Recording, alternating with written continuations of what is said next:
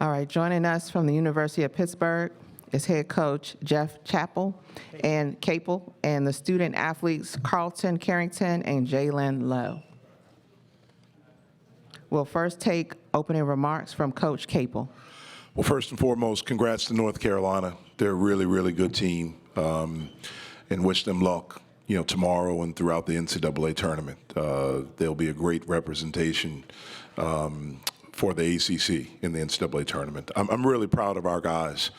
We fought for 40 minutes, and we put ourselves in a position to win.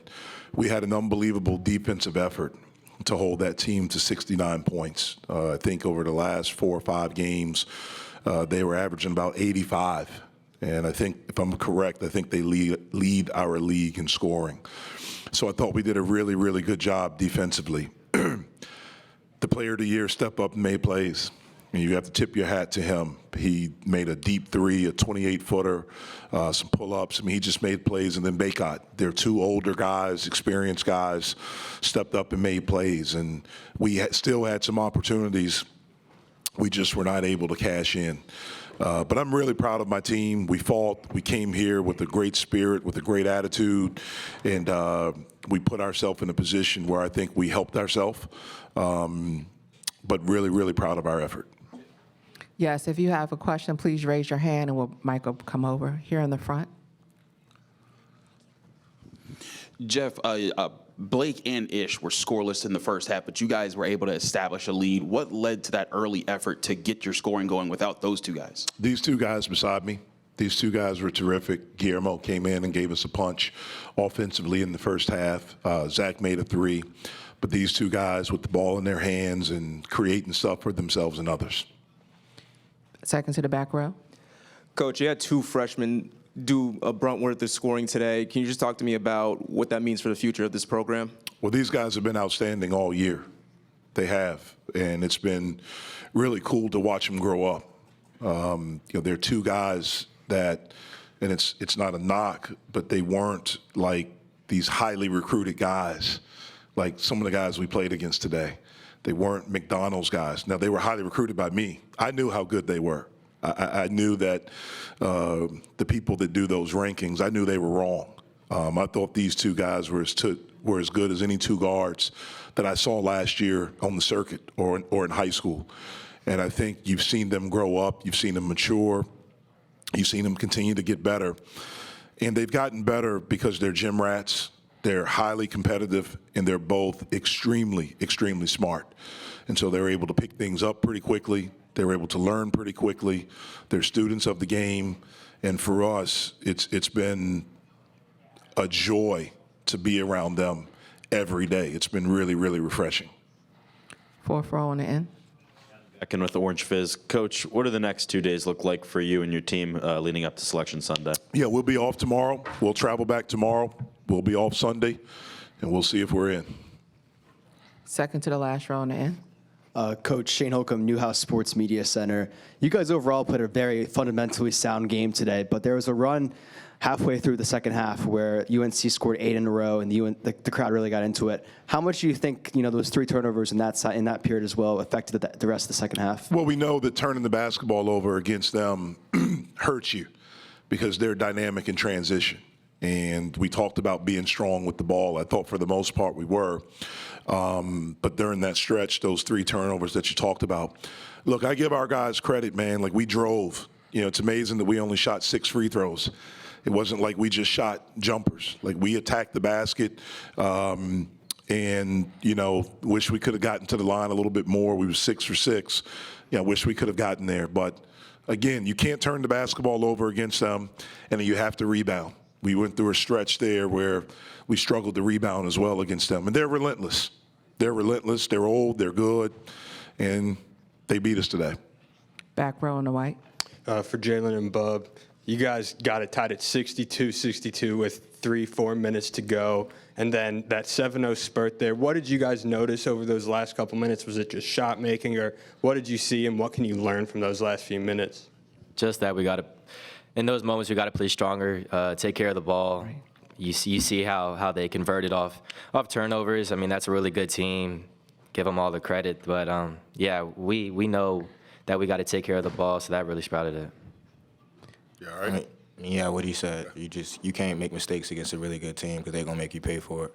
And we did that. We did that for a stretch, and they made us pay for it. Third row on the end. Just for Jaland and Bub, what's different about you guys compared to the last time that you guys played UNC? You guys are studious of the game. You watch tape a lot. What have you noticed about the way you were able to tackle this game versus that game? We grew up. I mean, first time we weren't ready as ready as we are now.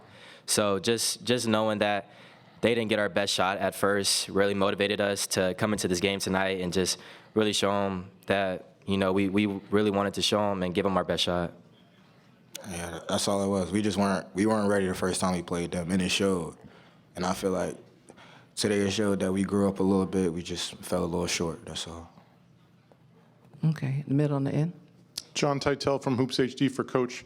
If you do not hear your name called on Sunday, do you think it will be due to your non-conference strength of schedule? And if so, will you change your scheduling approach next year? Interesting question. If you look at a lot of the Big 12 teams, they have a lot worse schedules than us. If you look at some of the Big 10 teams that they have projected, they have a lot. Their strength of schedule is where ours is or less. Again, coming into this game, us in North Carolina were 12-3 over the last 15 games since January 20th. So I think that shows that we were the two best teams in this league over that stretch when we figured things out. And, before tonight, we had won our last 4 or 5 games by an average of 15 points. And so it's interesting. I don't look at them. People tell me our metrics are better than they were last year.